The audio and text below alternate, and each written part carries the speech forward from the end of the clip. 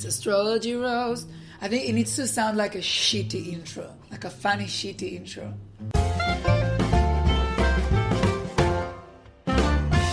Hi everyone and welcome back to Astrology Roast. Very, very happy and pleased to be here with you yet again. My name's Karen. My name is Itai, and today we have a special guest, Nicki. Hi. Manage your expectations. No, raise them. Raise that bar. I'm very excited to be here. Thank you for having me. All the expectations, Yes. all the expectations ever are here right now because Nicki is the second Libra to be on this podcast. Yes, the second Libra with the second best haircut, I think. Yeah, definitely. Yeah, we're just marching down our line of friends. But definitely proving that Libras have amazing hair and that they're just fun to be around. And another thing that we know about Nicki is that she's also very smart. So she has a PhD in medical science. That's right. I am actually Dolly Doctor. Yeah, so if anyone has any questions about, what's that itch down there? Or I love to hear about itches. Why am I feeling so blue? So send us an email and Nicki will be happy to respond. So just that disclaimer first. So people always say that Libras are shallow and they don't really, I think usually what people say about Libras doesn't align with a PhD or being a lawyer, like Alina from our other episode. Yes. Nicki, can you explain, what do they mean? Like, are you a shallow person? Short answer, yes. So, no, I think it's about, I've had someone say to me before that I'm just taken by whatever's shiny and in front of me at that one particular point in time. And whatever that is, whether it's a person or something else, that is what is consuming to me right then. And as soon as it's outside of my field of vision, I will have forgotten about it and I do not care anymore. Make of that what you will. How often do you do the lottery?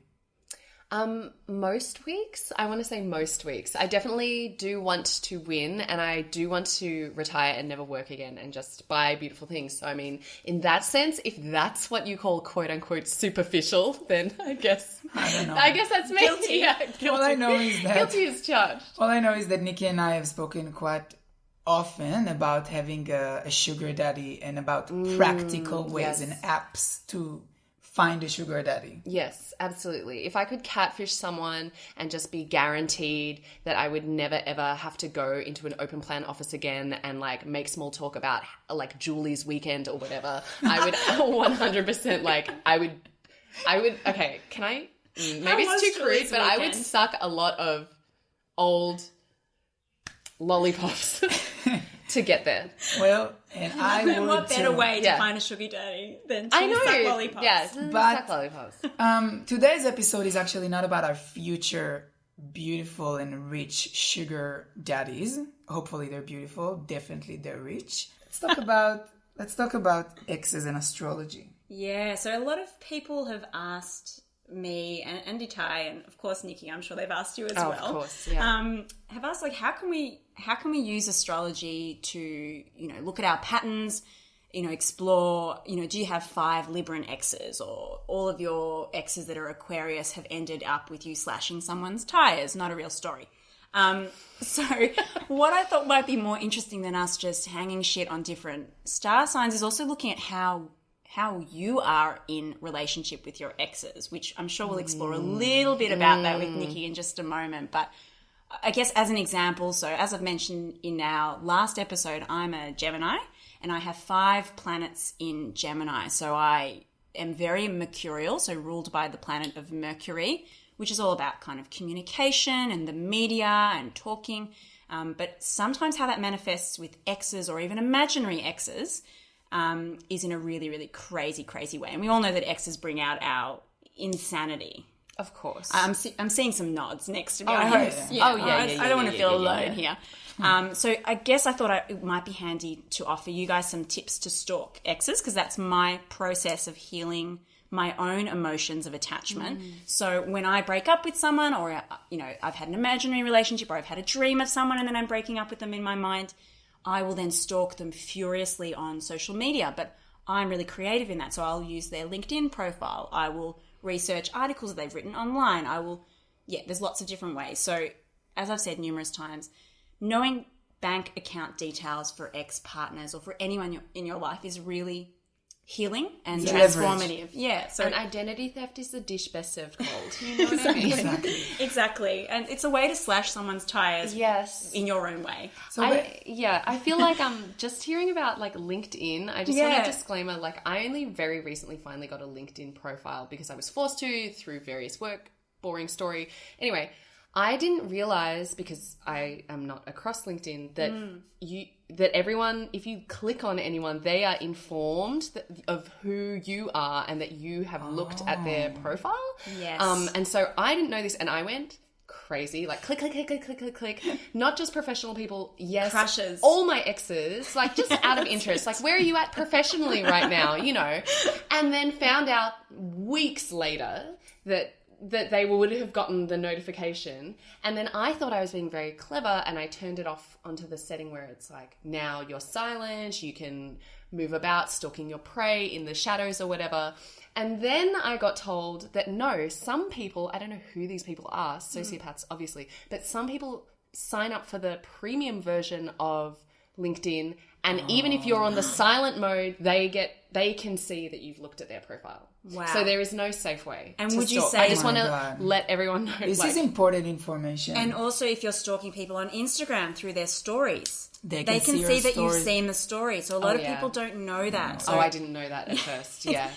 Yeah, just be careful. Yeah, but definitely keep the stalking up. I think that what we're getting here is that actually, instead of blaming exes because of their star signs, what you're saying is it's a good chance to look at yourself, to learn about yourself through your exes. And is there any stories for you that come up of an ex that taught you something about yourself? I feel like I was definitely lured here under false pretenses because I definitely came ready to hang shit on everyone that I've ever dated. We're doing that. And I hate to examine my Are own any life. of them alive still, Nicki? How's that going? I hope that none of them are. But yeah, no, I think it's actually really interesting to think about my own behavior because I'm an insane ex, and I'm like... That's why we get along so famously. I am that person, though, that's like, you look at your phone and you have 37 missed calls and, like, essay messages that are like, I can't believe that you're doing this, da-da-da-da-da, you know, like, I thought you were a better person than this. Like, I will write a crazy letter, and people often encourage people to do that just to, like, as a way of venting, and then you're supposed to, like, tear it up or you're supposed to burn it or something. I will deliver it. I won't put it in the mail. Yeah, I won't put it in a mailbox. That will take too long. I will like drive to your house in the middle of the night, put it in the mailbox, text you like it's in the mailbox. Check the mail. Yeah. And then like when you don't immediately go to get the letter, like phone call, like throwing rocks at your window. Like I'm batshit fucking crazy. Wow. I think I obviously was mentioned here before that I have a Virgo moon. So when it comes to relationships, the second we broke up, I that's it. Like it's a clean cut. There's nothing there. I think a lot of my exes or imaginary exes face that I'm not there anymore. I mean, I definitely will get to that point eventually, but I need to completely debase myself first. So I need to like have no emotional self-control. Just keep going and going and like hating myself for it, but being unable to stop until I get to a point that is like rock bottom, like cannot sink any lower, and then get to a point where it just crosses a line and I'm like, oh my God, I've horrified even myself. And then I just cannot speak to them because it's you so burnt triggering. yourself. Yeah, like I've destroyed myself. Wow. And then even if enough time passes and they get in touch and they're like, hey, it would be great to just hear how you're going. You know, we spent like 3 beautiful years together or whatever. Like I'm just like, never contact me again. And I will block them on every means, available means. It's such a Libra because Libras are all about the balance and the extremes. And then I feel like Libras often go from one edge to another until they can find a middle ground or never find a middle ground for most of them. But it is a Libra thing. I feel like also I don't know anything about my like chart at all. Your moon. Yeah, and I feel like definitely listening to you guys on the other episodes and talking about like your ascending and your moon signs and all this kind of thing, I was like, oh, it would be interesting to know. But then another part of me is like, again, the unexamined life, like I don't want to know. and like thinking about my exes, other than the one ex that I had who shared my sign, and I know that because they were born, I think, 10 or 12 days after me. Oh, how intense. Yes, it was. Will we go there in this episode? Well, I'm very happy to. We don't need to. But other than them, like I would not be able to tell you a single sign of any of the people that I have dated. Oh, the people that I've been obsessed with have obviously all been Scorpios, but... How interesting. Wouldn't be surprised if your moon or Venus is in Scorpio, because you do have that Scorpionic energy. that strong feelings towards a lot of things. Yeah, eliciting both fear and attraction in equal measures. I want to share a story about an Aquarius ex-lover that I had, because I think it is a very representing story of Aquarius in love. So we said a lot of times in this podcast that Aquarians can be charismatic but distant, or like you can never reach them. So our story takes place in Jerusalem, the holy in the Holy Land for a lot of religions, in Jerusalem, in the center of the city, right next to all the religious sacred sites. There is also a little gay club called the Video Pub. But because it's obviously a very religious city, it's kind of like hidden like behind a lot of buildings, and it's very small and it's very tight, but it has a soul, you know? It has a soul. And I was dancing there, and I was dancing next to a cute Italian guy, and we hooked up. And when I say hooked up, we literally hooked up, but also he stayed for for a week at my house until he had to go back to Italy. And then he came 3 months later, and we hooked up again. And then I moved to Melbourne, and he messaged me that he's coming to Melbourne. And by this stage, I knew his name, and I knew what he looked like naked. Wow. And that's it, pretty much. It's very intimate for you, though. That's really intimate, steps. yeah. And for an Aquarius. It is one of the most meaningful relationships I had. Anyway, he told me I'm coming to Melbourne, texted me the details. I was like, sure, you can stay with me. Sure, I'll pick you up from the airport. And as I'm driving to the airport, I'm thinking to myself, what's his job? What is he doing with his life? Why is he in Melbourne? Why is he in Israel? Like, what the hell is this person doing? And obviously my anxious mind was like, he's coming to murder me. There's a pattern here. He came to Israel twice, and now he's coming to Melbourne. The common thing about it is that I'm in these countries, and he is coming to murder me. So I pick him up in the airport, playing it all cool. And I love you. Like, I still pick him up from the airport. So I'm just like, I walk towards the flames. He's in my car. It's like the middle of the night. I'm driving the car, and I go, so what's your job? What do you do? Why are you here? And he goes, I can't tell you. And I'm like, okay, you're like in my Da Vinci car. Code. yeah, he's an assassin. I'm like, you're either an assassin, and Yes. you're either, I don't know, a lot of things went through my mind, and I was like, listen, you're in my car, and you're coming to my house, and I need to know what you're doing with your life. Fair. And then he's like, okay, I'll tell you, but you can't tell anyone. And I'm like, I won't tell anyone, also because no one knows about you in my life. and then he goes, I am a priest.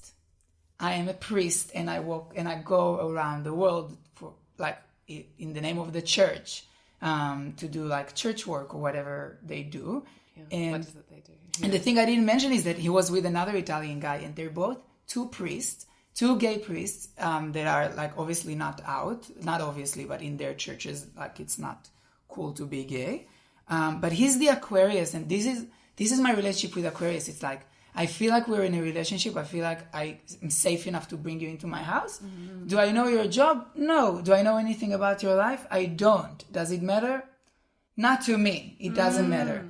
But then he's a priest, and he's just traveling with church money around the world. And he's like, he messages me every birthday, no matter where he is in the world. He sends me a text.